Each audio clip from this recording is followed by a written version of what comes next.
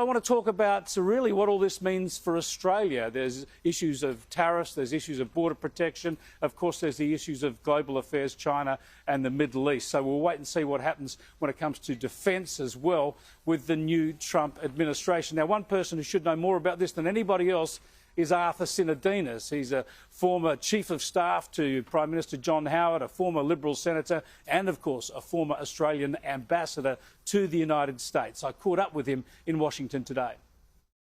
Arthur Sinodinos, thanks for talking to us. Donald Trump is already shaking up the world order even before he's been inaugurated. Tell us about the impact on AUKUS, because Donald Trump values alliances, but he expects allies to lift, to do their share of the deal. Does Australia need to do more on AUKUS to satisfy Donald Trump? I think the first thing is for people in Australia to stop trying to second guess. We know a few things about him, which is he values alliances with countries like Australia, no doubt about that. We haven't heard from him directly what he thinks about AUKUS. There's been speculation that he may ask us to do more under that heading. We already are providing, or will provide, $3 billion into the submarine industrial base here in the US to help build up their industrial base, to help with them providing Virginia-class submarines to Australia. So there's some room yet to go on this, but the message he's given to allies and partners is very clear already. He does expect other countries to be doing more. And look, that's fair enough. But he might expect us to spend more in the near term, do you think? Look, that's possible. But for Australia, I don't think it becomes an argument over budget aggregates. It's actually more a discussion around, well, OK, the way the relationship is evolving on defence, how do we best complement each other? What are specific initiatives we need to do in addition to what we're doing already? And part of the job of Australia is to remind the Americans that not so much that we need them, but they need us. And they need us because their security is tied up in what happens in the Indo-Pacific. And to make them, I think, appreciate, particularly a new administration, often with new people in it who don't know Australia that well, the amount of stuff we are actually doing. It's not just about AUKUS. We've got all those force posture initiatives in Northern Australia. We've got Pine Gap, we've got Northwest Cape, all of those facilities that we provide. So we are an integral part of America's security. And that's the message to them in an age where he is so focused on America first. It's not all about defence and security, though, is it? It's a lot also about trade and investment. And Donald Trump promises to hit the ground running. He'll be signing executive orders this week. And we expect tariffs and trade wars. How worried should Australia be about tariffs? Well, look, on tariffs, first and foremost, he thinks it's the most beautiful word in the English language. And he thinks that tariffs are paid for by foreigners, not by Americans. Now, the costs of that will be borne by Americans, and in due course we'll have to see how that goes. But in terms of Australia, I'm relatively sanguine. We have a trade deficit with the US, so it's not like we're screwing the US in inverted commas on trade.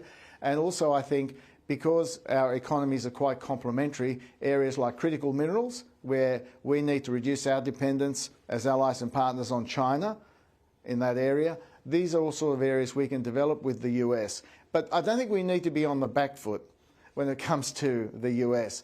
We bring a lot to the relationship. We have our own interests, and we will pursue our own interests in relation to the US. Now, tell us about that. You've been ambassador here. You know how difficult it is to get the attention of the administration, even when you're a key ally. The current ambassador is Kevin Rudd, the former Prime Minister. Like millions of lefties around the world, he's demonised Donald Trump in the past. Is he going to be able to get the access that Australia needs? Well, the important relationship is always between the President and the Prime Minister. Ambassadors have their role, yes. And there are plenty of people out there who have criticised Donald Trump in the past who are now have changed their tune or are indeed put their hand up to work with him, like Marco Rubio, the Secretary of State. So my view is the important relationship will be between President Trump and Anthony Albanese. Can they develop the sort of relationship that other American leaders and Australian leaders have had? Anthony Albanese had a good relationship with President Biden. Part of it was predicated on the fact that they had similar backgrounds and came from similar parts of the political spectrum. But the challenge for Australian leaders always is to have a good relationship with the American leader, whatever the politics of either. All right, a Donald Trump speech is always an event. We've seen him give an inauguration speech previously. What are you expecting to hear from him tomorrow? Look, I think this one will be more optimistic, than the last one. The last one talked about American carnage. It tried to paint a picture of why America was in a dire state and how he was going to fix that. I think this time around, yes, he'll have his points about what he wants to fix, but I think it will be more forward-looking and more optimistic, and talking about unbounded peace and prosperity to come from the enactment of his policies. So in some ways, it may be a more relaxed Donald Trump. He's had the experience of being in government before, so he knows what he wants to do. He's got the Senate, he's got the House, the Supreme Court, etc., etc. He has all the centres of power. So at the moment he would feel like he has unfettered power, at least for the next 2 years until the midterms. And I think, therefore, as you alluded to before, he's going to hit the ground running. We expect up to 100 executive orders very quickly on tariffs, border protection, on cutting back red tape in government.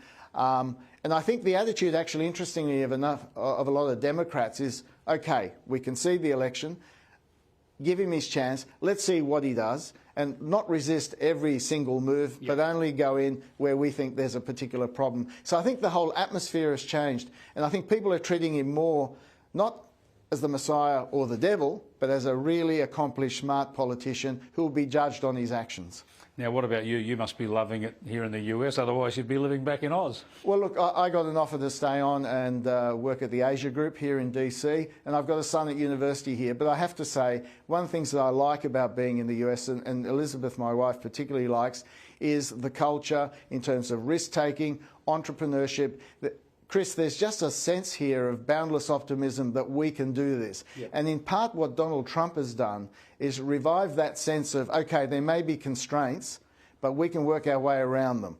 And, you know, it harks back a bit to the way that Ronald Reagan talked about America in his inauguration speech. I don't know whether it was the first or the second one, where he talked about, and we can do this because we are Americans. And that sense of optimism, being able to tackle big things and get them done, you really feel that in this society. That doesn't mean this society is perfect. We all know, you know, every society has its strengths and weaknesses. I love Australia, but I also love the optimism and the forward-looking nature of the US. Arthur, thanks so much for talking to us. Great.